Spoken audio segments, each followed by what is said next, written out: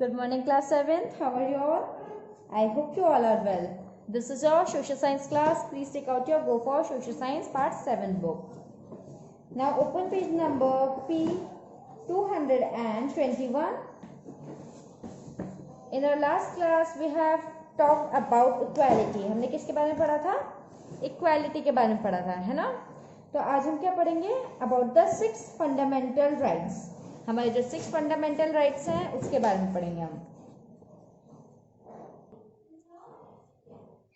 The 6 fundamental rights which are recognized by the constitutions are, हमारा जो constitution होता है उसके 6 फंडामेंटल राइट हैं, जिसमें से हम पढ़ रहे पहले के बारे में जो है राइट टू इक्वालिटी. उसके अलावा जो फंडामेंटल राइट्स होते हैं वो हैं, first one is right to equality, यानी सब एक बराबर हैं. ठीक है, जितने भी हमारे अराउंड पीपल हैं, चाहे वो किसी भी कास्ट के हैं, किसी भी रिलीजन के हैं या किसी भी सेक्स के हैं, चाहे मेल हैं फीमेल हैं, वो सब एक होते हैं. They are all equal. So this is what we call right to equality. B, right to freedom of speech and expression, movement, residence and to practice any profession. हमारे इंडिया में ये हमें राइट मिला हुआ है, हम कुछ भी बोल सकते हैं, कुछ भी कह सकते हैं, अपनी जो हमारे थॉट्स होते हैं उसको सबके सामने रख सकते हैं. ठीक है, हम कहीं भी रह सकते हैं और हम कोई भी प्रोफेशन अडॉप्ट कर सकते हैं. हम डॉक्टर भी बन सकते हैं, हम इंजीनियर भी बन सकते हैं, हम लॉयर भी बन सकते हैं. इट्स अप टू अस, हम क्या बनना चाह रहे हैं. तो कोई आपको उसके लिए रोकेगा नहीं कि नहीं आप, क्योंकि आप गर्ल हो आप ये नहीं बनोगे, आप बॉय हो तो आप ये नहीं बनोगे. ऐसा कुछ नहीं है हमारे इंडिया में. Third right is right against exploitation, child labour and traffic in human beings. So third जो हमारा राइट है वो है कि अगर कोई आपको एक्सप्लॉइट करता है, जैसे आपसे जबरदस्ती कोई काम करवा रहा है, ठीक है, आपको कह रहा है कि नहीं ये तुम करोगे, या फिर किसी बच्चे को काम करा रहा है, छोटे बच्चे को, ठीक है, क्योंकि चाइल्ड लेबर हमारे यहाँ मना है. अगर वो ये काम करा रहा है तो आप उसको मना कर सकते हो, आप उसके खिलाफ जा सकते हो. ठीक है. और ट्रैफिकिंग क्या होती है? ह्यूमन ट्रैफिकिंग ये होती है कि आप लोगों को बेचना, किसी लड़की को बेच देते हैं, आपने सुनी होगी न्यूज़, है ना. तो उस तरह के लिए भी हमारे यहाँ इसके अगेंस्ट आप आवाज उठा सकते हो. Next is right to freedom of conscience and practice of any religion. जो फोर्थ हमारा राइट है वो ये है कि हम किसी भी रिलीजन को फॉलो कर सकते हैं. If you want to adopt any other religion, आपको कोई और रिलीजन अडॉप्ट करना है तो आप वो भी कर सकते हो. आप हिंदू हो लेकिन आपको लगता है आप क्रिश्चियनिटी करना चाहते हो तो आप अडॉप्ट कर सकते हो. और अगर आप क्रिश्चियन हो तो आप उसको अच्छे से अपने ऊपर यूज भी कर सकते हो. ठीक है, जैसे क्रिश्चियन लोग क्या क्या करते हैं, ठीक है, ईस्टर मनाते हैं, क्रिसमस मनाते हैं, तो आपको कोई नहीं रोकेगा कुछ भी करने से. इंडिया में आपको ये राइट दिया गया है कि आप कोई भी रिलीजन को अपना सकते हैं और उनकी जो प्रैक्टिस है उसे फॉलो कर सकते हैं. ई, next is right of citizens to conserve their culture and the minority to establish and administer educational institution of their choice. So यहाँ पे ये बोला गया है कि आप अपने कल्चर के अकॉर्डिंग, जैसे फॉर एग्जांपल उत्तराखंड का कल्चर है हरेला मनाना, आप मना सकते हो. साउथ में आपके ओनम पोंगल मनाए जाते हैं तो आप वहाँ वो मना सकते हो. आपके ईस्ट में बिहू मनाया जाता है तो वो भी मना सकते हो. और एजुकेशन इंस्टीट्यूट भी खोल सकते हो अपने अकॉर्डिंग. जैसे जो मुस्लिम होते हैं, ठीक है, वो अलग से अपना मदरसा बनाते हैं, वहाँ पे पढ़ाते भी हैं. ठीक है, तो ये सब चीज़ें जो होती हैं वो क्या बताती हैं कि कल्चर और माइनॉरिटीज़ कौन होते हैं? जो इंडिया में कम है. ठीक है, फॉर एग्जांपल जैसे हमारे यहाँ हिंदू बहुत सारे हैं, मुस्लिम थोड़े कम है तो माइनॉरिटीज़ में आ गए. ठीक है, ऐसे सिखिज्म या क्रिश्चियनिटी वाले भी आते हैं कुछ माइनॉरिटीज़ में. ठीक है, तो ये सब अपने हिसाब से एजुकेशन ले सकते हैं और अपने हिसाब से अपने कल्चर को आगे बढ़ा सकते हैं. Now the F, last one, right to constitutional remedies for enforcement of fundamental rights. So अब ये है कि आप अपनी रेमेडीज बना सकते हो किसी भी फंडामेंटल राइट के अकॉर्डिंग. ठीक है, कोई भी आप जो रूल आपको लगता है कि ये चेंज हो सकता है उसमें अमेंडमेंट करा सकते हो. ठीक है, इस तरह से हमें कॉन्स्टिट्यूशन ये फंडामेंटल राइट्स प्रोवाइड करता है. Okay, let's move to the next topic which is the equal right to vote, यानी सबको वोट करने का बराबर का हक होता है, उसके बारे में हम बात करेंगे. ओके,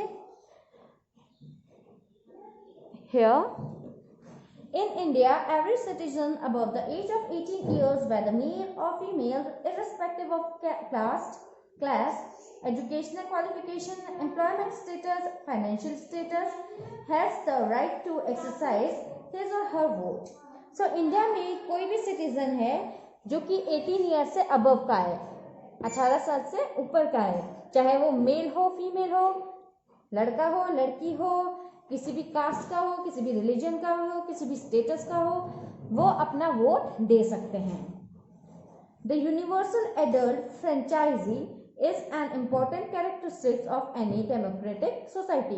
किसी भी डेमोक्रेटिक सोसाइटी या डेमोक्रेटिक कंट्री में सबसे मेन होता है कि वहां पे वोट दे सकते हैं हम. ठीक है, हम अपने अकॉर्डिंग अपनी गवर्नमेंट को चुन सकते हैं. We can choose our own government. The basis of this concept of universal adult franchisee is equality. और ये जो कॉन्सेप्ट है वोट देने का, ये सबसे बड़ा किस वजह से है? क्योंकि इसकी वजह से इक्वालिटी आती है. आप भी वोट दे सकते हो, मैं भी वोट दे सकती हूँ, और बाकी भी वोट दे सकते हैं, और सब अपने अकॉर्डिंग वोट दे सकते हैं. तो ये इक्वालिटी तो हुई. कोई आपको फोर्स नहीं कर रहा कि आप इसे वोट करो, इसे वोट नहीं करो. It's up to you. तो आप सबके लिए इक्वल हो वहाँ. ओके.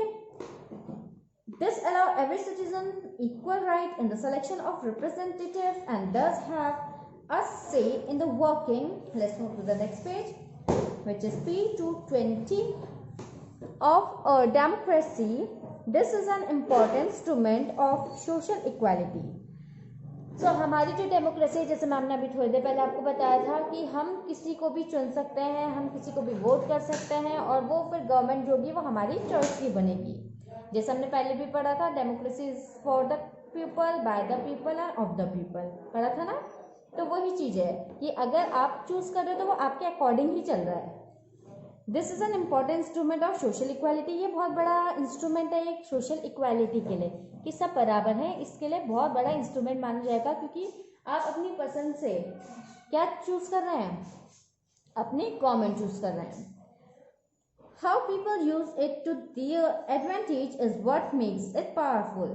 अब वो जो पीपल हैं, यानी हम लोग हैं, हम उसे किस तरह यूज कर रहे हैं, इट्स अप टू अस. ये हमारे ऊपर है. हम उसके लिए इतने इनफ पावरफुल है कि हम अपनी गवर्नमेंट चेंज कर सकते हैं. जस्ट थिंक अबाउट इट कि हमारी गवर्नमेंट कितनी बड़ी है, but just because of a single vote हम अपना पूरा गवर्नमेंट को चेंज कर सकते हैं, है ना. सो this is all about equality to vote. So class, today we are going to do till here. In our next class we are going to start from here. Okay. So आज जो हमने पढ़ा, let's revise it once again. हमने पढ़े fundamental rights, जो कि कितने हमारे 6 फंडामेंटल राइट्स हैं. ठीक है, उनके बारे में पढ़ा, जिनमें से ये जो चैप्टर है आपका, it is based on equality. The first right which is right to equality. और उसमें जो हमने सबसे फर्स्ट टॉपिक पढ़ा कि किस बेस पे होता है, तो हमने पढ़ा था कि कास्ट, रिलीजन और आपके जितने भी बाकी के फैक्टर्स होते हैं, सेक्स, इनके अकॉर्डिंग अगर कोई आपको इक्वालिटी नहीं दे रहा है, कह रहा है कि आप छोटे हो, आप बड़े हो, तो it's wrong according to our constitution. Because for our constitution each and every person is same. हर पर्सन सेम है. उसके बाद हमने पढ़ा था the equal right to vote, यानी वोट के लिए जो इक्वल राइट सबको मिले हुए हैं. हमारी कंट्री में जितने भी पर्सन हैं, चाहे वो उत्तर प्रदेश के हो, चाहे वो महाराष्ट्र के हो, चाहे वो केरला के हो, चाहे वो असम के हो, उन सबको राइट है कि वो अपना वोट दे सकते हैं, और जिसको चाहते हैं उसको दे सकते हैं. उनके पास ये पावर है कि वो अपनी गवर्नमेंट खुद के अकॉर्डिंग चूज कर देते हैं. ठीक है, और इसी को हम बोलते हैं democracy. Because democracy means a government of people, for the people, by the people. एक ऐसी गवर्नमेंट जो कि लोगों की है, लोगों ने बनाई है और लोगों के लिए है. ठीक है, सो इसमें हमें वोट देने का हक मिलता है कि हम किसी को भी वोट दे सकते हैं. सो ये सबसे पहला राइट है हमारा, राइट टू वोट. हम किसी को भी वोट दे सकते हैं. ठीक है, सबके पास इक्वल राइट है, सबको एक ही वोट मिलता है. ऐसा नहीं है आप अमीर हो तो आप 2 वोट दोगे, आप गरीब हो तो आप 1 वोट दोगे, ऐसा बिल्कुल नहीं है. चाहे आप गरीब हो, चाहे आप अमीर हो, चाहे आप सेलिब्रिटी ही क्यों ना हो, आपको वोट एक ही मिलता है देने के लिए। ठीक है, तो इस चैप्टर में अभी तक हमने यही पढ़ा है। नेक्स्ट क्लास में हम स्टार्ट करेंगे equality in other spheres of society. बाकी सोसाइटी में हमारे पास इक्वालिटी के क्या क्या रूल हैं, ठीक है, उसके बारे में पढ़ेंगे। With this class end here, I will see you the next time. Till then, stay home, stay safe.